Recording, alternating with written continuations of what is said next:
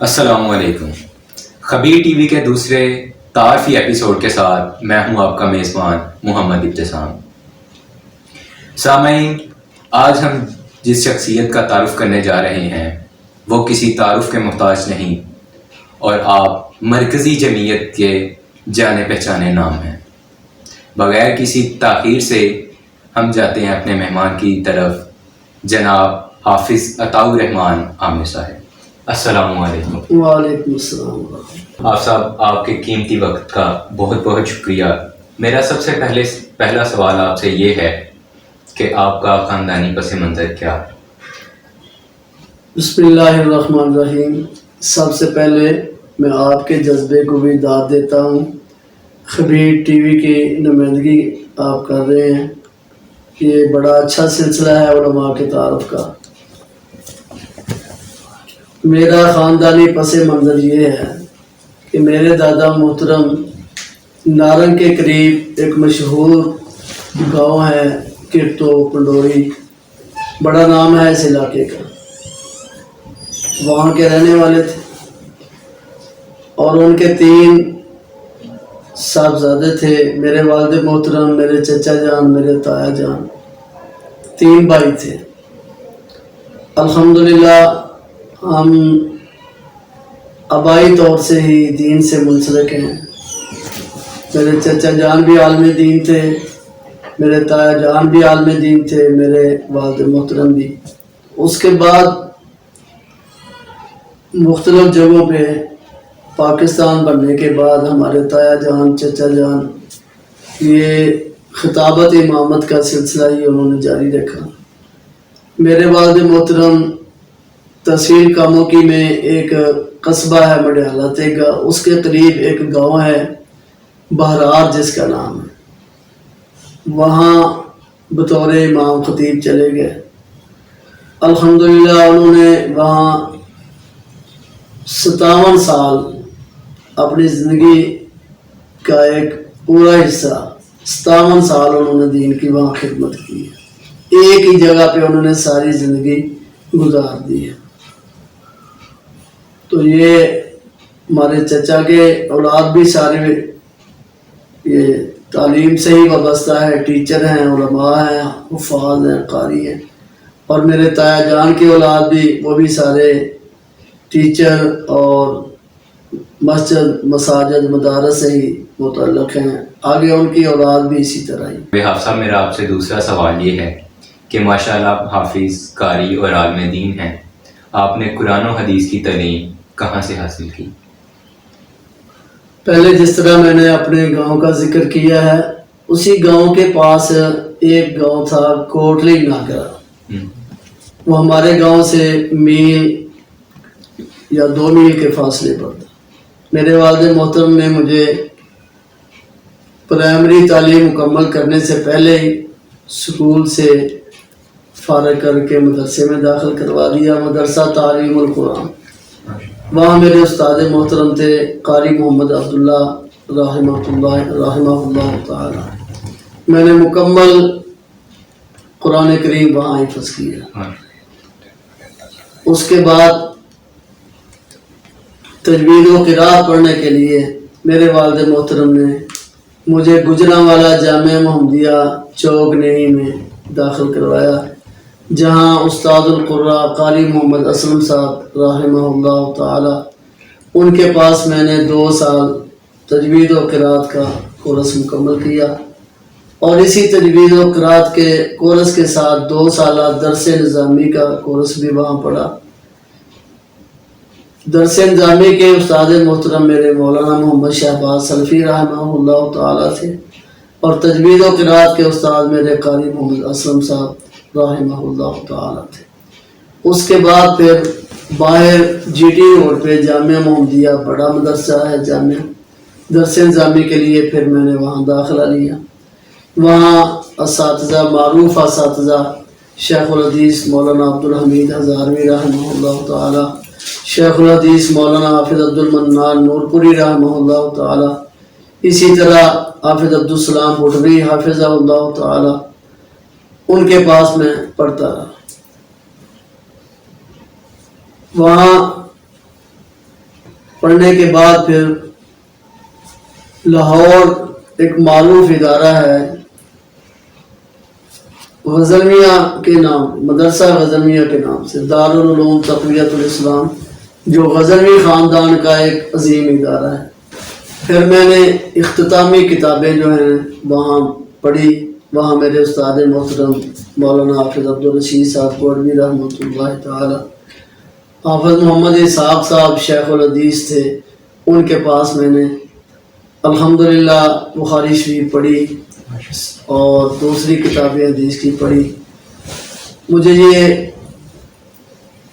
ذکر کرتے ہوئے میں اللہ کا شکر بھی ادا کرتا ہوں اور فخر بھی کرتا ہوں کہ میں اپنے استاد محترم حافظ محمد اسحاق صاحب کی خدمت بھی کرتا تھا۔ وہ مانگا منڈی سے بس پہ سوار ہو کے تشریف لایا کرتے تھے پڑھانے کے لیے، باٹی چوک میں اترتے تھے، میں وہاں کھڑا ہوتا تھا، جب وہ گاڑی سے اترتے میں ان کو لے کے جامع میں لے کے آتا، پھر جب وہ تشریف لے جاتے تب بھی میں ان کو بس پہ بٹھانے کے لیے لے کے جاتا۔ انتہائی مشفق، محسن اور ولی کامل انسان تھے، انتہائی سادہ تھے۔ اللہ تعالیٰ ان کی قبر پہ اپنی رحمتوں کا نزول فرمائے۔ آمین ثم آمین۔ آپ صاحب، یہ ان کی دعاؤں کا ہی نتیجہ ہے کہ ماشاءاللہ اللہ تعالیٰ نے آپ کو اتنی عزت کے ساتھ نوازا ہے۔ اسی نشست کو آگے بڑھاتے ہوئے میرا آپ سے سوال ہوگا کہ آپ کا چونکہ تعلق مرکزی جمعیت اہل حدیث سے ہے تو آپ تنظیمی معاملات میں بڑھ چڑھ کر حصہ بھی لیتے ہیں، ذرا اس کے متعلق تھوڑا سا ہمارے دیکھنے والوں کو آگاہ کرتے ہیں۔ بس یہ قدرتی بات ہے کہ مجھے شروع سے ہی یہ تنظیم سے لگاؤ تھا۔ تقریباً یہ 1979 میں جو آل پاکستان اہل حدیث کانفرنس ہوئی تھی، علامہ احسان الہی ظہیر رحمہ اللہ تعالی، مولانا معین الدین لکھوی رحمہ اللہ تعالی، علماء کی سرپرستی میں، اس وقت ہم اس کانفرنس میں گئے، جامعہ کے طلباء گئے، اسی وقت سے مجھے یہ شوق پیدا ہو گیا تنظیم کا۔ اور اس کے بعد پھر ہمارے طلباء کی ایک تنظیم تھی جس کا نام تھا جمعیت طلباء اہل حدیث پاکستان، اس میں نے کام کیا۔ یہ حافظ محمد انور ساجد صاحب، اللہ تعالیٰ ان پہ رحمت فرمائے، حافظ افتخار الہی تنویر صاحب ہیں، گجرانوالہ میں ابھی حیات ہیں، اللہ ان کی زندگی دے۔ تو اس دور میں نے جمعیت طلباء اہل حدیث میں کام کیا اور اپنے مرید کے میں آ کے تحصیل میں یہ یونٹ قائم کیا اور جنرل سیکرٹری کے عہدے پہ، صدر کے عہدے پہ کام کرتا رہا۔ اس کے بعد پھر میں جب 1986 میں وفاق المدارس، وفاق کا امتحان کلیئر کیا، پھر مرکزی جمعیت اہل حدیث کے ساتھ منسلک ہو گیا۔ تو اسی طرح یہ سلسلہ جو ہے نا شروع سے ہی تنظیمی جو ہے چلتا رہا ہے، تحصیل کی سطح پہ، اس کے بعد پھر میں ضلع کی سطح پہ الحمدللہ 8 سال ضلعی ناظم رہا ہوں، اور آج کل جو ہے وہ نائب ناظم تعلیمات مرکزیہ پنجاب بھی میرے پاس ذمہ داری ہے، اور ایک جمعیت اساتذہ مرکزی جمعیت اہل حدیث کی ذیلی تنظیم ہے، اس کی مجلس شورا کی ذمہ داری بھی چیئرمینی کی میرے پاس ہے۔ اسی طرح بس تنظیمی لگاؤ ہے۔ الحمدللہ ہم نے تحصیل میں اپنی جماعت کا تعارف کروایا ہے، مسلک کا تعارف کروایا ہے، علماء الحمدللہ ہمارے مرکز میں تشریف لاتے ہیں، ہر لحاظ سے ہم اپنی تنظیم کے ساتھ مخلص ہیں اور الحمدللہ اسی سلسلے کو تاحیات جاری رکھنا چاہتے ہیں۔ بہت شکریہ حافظ صاحب، میرا آپ سے ایک ذاتی نوعیت کا سوال ہے کہ ماشاءاللہ آپ پہ اتنی ذمہ داریاں، آپ کیسے یہ سب ہینڈل کر لیتے ہیں؟ بس یہ اس میں جو ہے نا بنیاد وہ شوق ہی ہے۔ ہاں جی، کبھی تھکاوٹ محسوس نہیں کی۔ میرے بڑے ایک دوست ہیں حافظ عتیق الرحمان طاہر صاحب، وہ مجھے کہا کرتے ہیں، ایک دفعہ وہ شادی تھی میرے بیٹے کی یا شہر بیٹی، تو میں اسی طرح ان کے پاس اسی طرح بیٹھا تھا، باتیں کر رہا تھا، وہ کہہ رہے تھے یار آپ آج بھی ایزی ہیں۔ میں نے کہا میں نے آج تک اپنے آپ کو بزی سمجھا ہی نہیں ہے، میں ہر حال میں ایزی رہتا ہوں. ماشاء اللہ. تو یہ شوق ہے.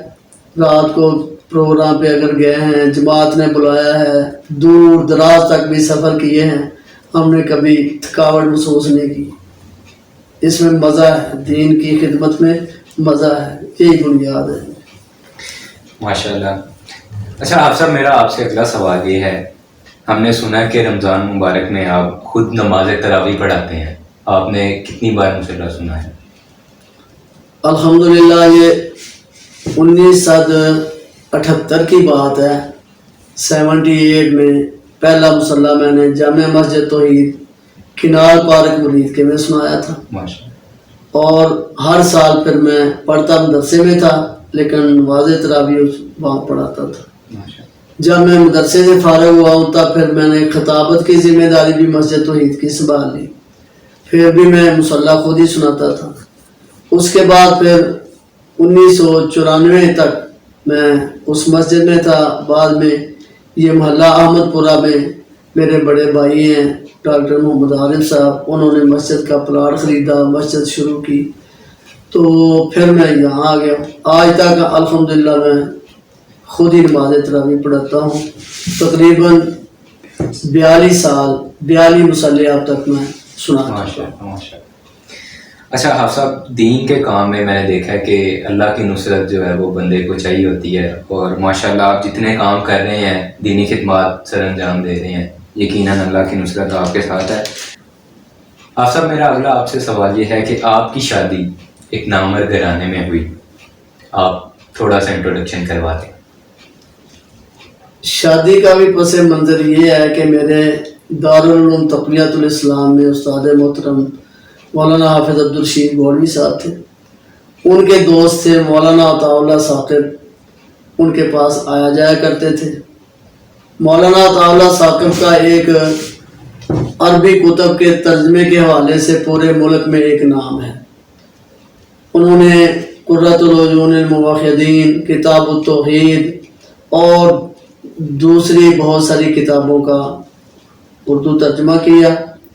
اور شیخ محمد بن عبداللہ بن سبیل جو امام کعبہ تھے، ان کے وہ شاگرد تھے، ان سے انہوں نے یہ اردو ترجمہ کرنا سیکھا. پھر انہوں نے یہ کتابیں شائع کی، سعودیہ کے آرڈر پہ وہ بہت ساری انہوں نے کتابیں تقسیم کی. تو بہرحال میرا حافظ عبدالرشید صاحب کی وجہ سے ان سے تعلق بنا، ان سے پھر تعلق بڑھتا گیا، تو میری شادی ان کے گھر ہو گئی. آپ صاحب، میرا آپ سے اگلا سوال یہ ہے کہ آپ جماعتی طور پر آپ کے پاس کیا ذمہ داریاں ہیں اور پہلے کیا تھی؟ جس طرح میں نے عرض کیا ہے کہ میں نے تحصیل مرید کے کی سطح سے پہلے جمعیت طلبہ اہل حدیث کی ذمہ داری، پھر مرکزی جمعیت اہل حدیث کا میں ناظم تھا. حافظ محمود احمد صاحب جو آج کل جامعہ عربیہ کے محتمم میں وہ امیر تھے. اسی طرح یہ سلسلہ بڑھتا رہا. پھر سید محمد عبداللہ شاہ صاحب وہ میرے ساتھ جنرل سیکرٹری تھے، میں امیر تھا. پھر ضلع کے انتخابات میں ہم نے حصہ لیا، تو 8 سال تک میں الحمدللہ مرکزی جمعیت اہل حدیث ضلع شیخوپورہ کا ناظم بھی رہا. ماشاءاللہ. صاحب، میرا آپ سے اگلا سوال پھر ایک ذاتی نوعیت کا ہے کہ آپ نے حج اور عمرہ کا سفر کیا. میرا سوال یہ ہے کہ آپ نے کب کیا اور سب سے یادگار لمحات آپ کے کیا ہیں؟ الحمدللہ 2012 میں نے عمرہ کیا ہے. ماشاءاللہ. تو بڑا اس سے بہتر تو سفر دنیا میں ہے ہی نہیں ہے. وہ اس کا ایک ایک لمحہ ہی یادگار ہے، ایک ایک لمحہ ہی خوشگوار ہے. تو وہ سفر ہی سارے کا سارا خوشگوار ہے اور یادگار ہے کہ ہم ساتھ یہ تھا کہ میں پہلی مرتبہ گیا تھا. ہمارے خطیب پاکستان قاری محمد حنیف ربانی صاحب بھی حفظہ اللہ تعالیٰ اس وقت وہ مجھ سے پہلے 2-4 دن چلے گئے تھے، ان کے ساتھ ہی پھر میں وہاں رہا ہوں، سفر کیا ماشاءاللہ. اس کے بعد میں نے 2016 میں حج کیا ہے.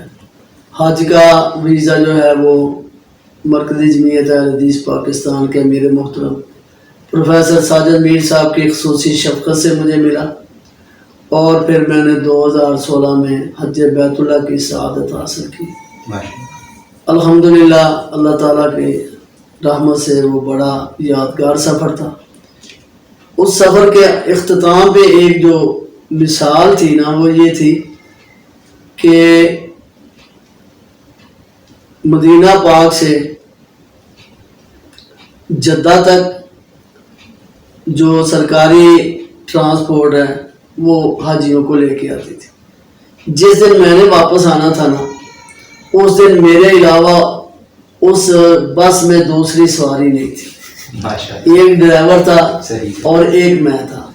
وہ پوری بس صرف مجھے مکہ مدینہ منورہ سے جدہ ایئرپورٹ چھوڑ کے گئی.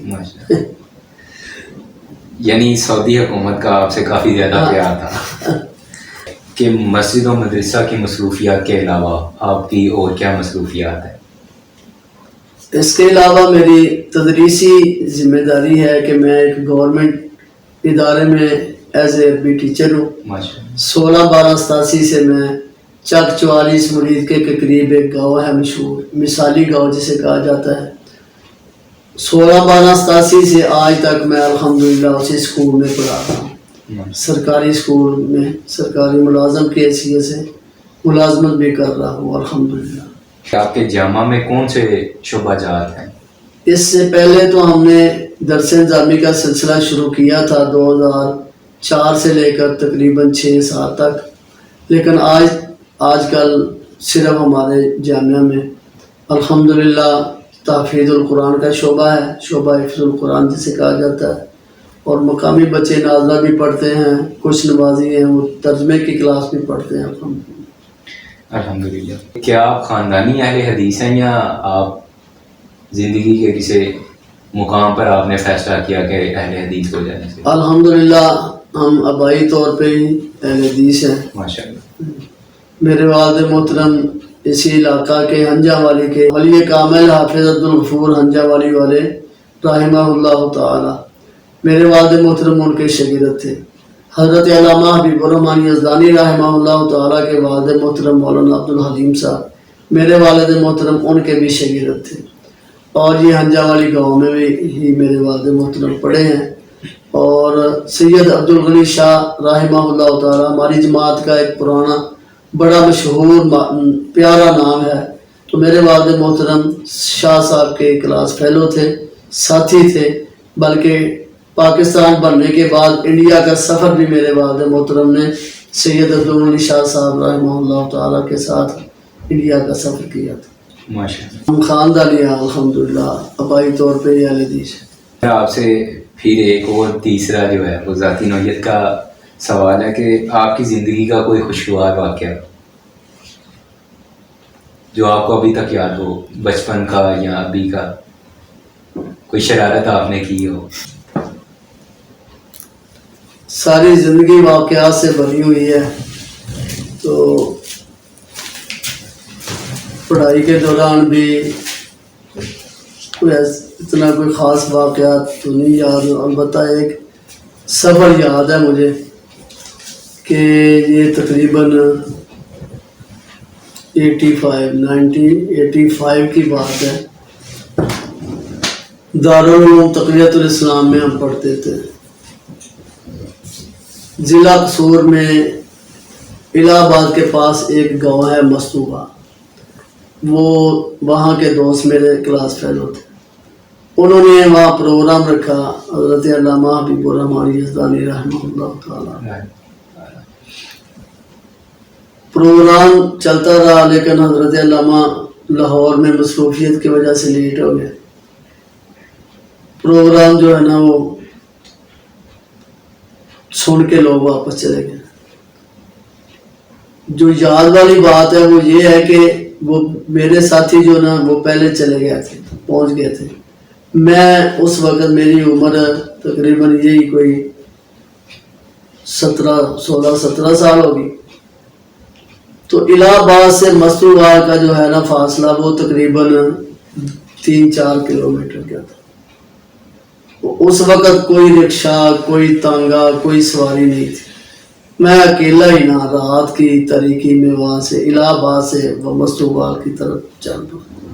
1-2 آدمی سے میں نے پوچھا مستوبہ کا راستہ, وہ کہنے لگے یار تو بچہ ہے, کہاں جا رہے ہو، یہ سفر کرنے والا نہیں ہے، ادھر ٹھہر جاؤ. لیکن میں نے تلاوت شروع کر دی الحمدللہ. تو وہاں میں تلاوت کرتے کرتے مصنوعہ پہنچ گیا. ماشاء وہ مجھے سفر آج تک یاد ہے. ماشاء پاکستان میں اسرائیل کو تسلیم کرنے کے حوالے سے باتیں چل رہی ہیں، آپ کی اس موضوع پہ کیا رائے ہے؟ اس موضوع پہ کوئی زیادہ مجھے لمبی گفتگو تو نہیں کرنی. مجھے ایک لفظ یاد ہے کہ ہم نے وہ ریلی بھی نکالی ہے، اس میں بھی میں نے کہا تھا کہ قائد اعظم محمد علی جناح رحمۃ اللہ تعالی علیہ نے اس پاکستان کو لا الہ الا اللہ کی بنیاد پہ بنایا تھا، اور محمد علی جناح رحمہ اللہ تعالی کے ہی یہ الفاظ ہیں کہ اسرائیل کو ہم کسی صورت تسلیم نہیں کرتے.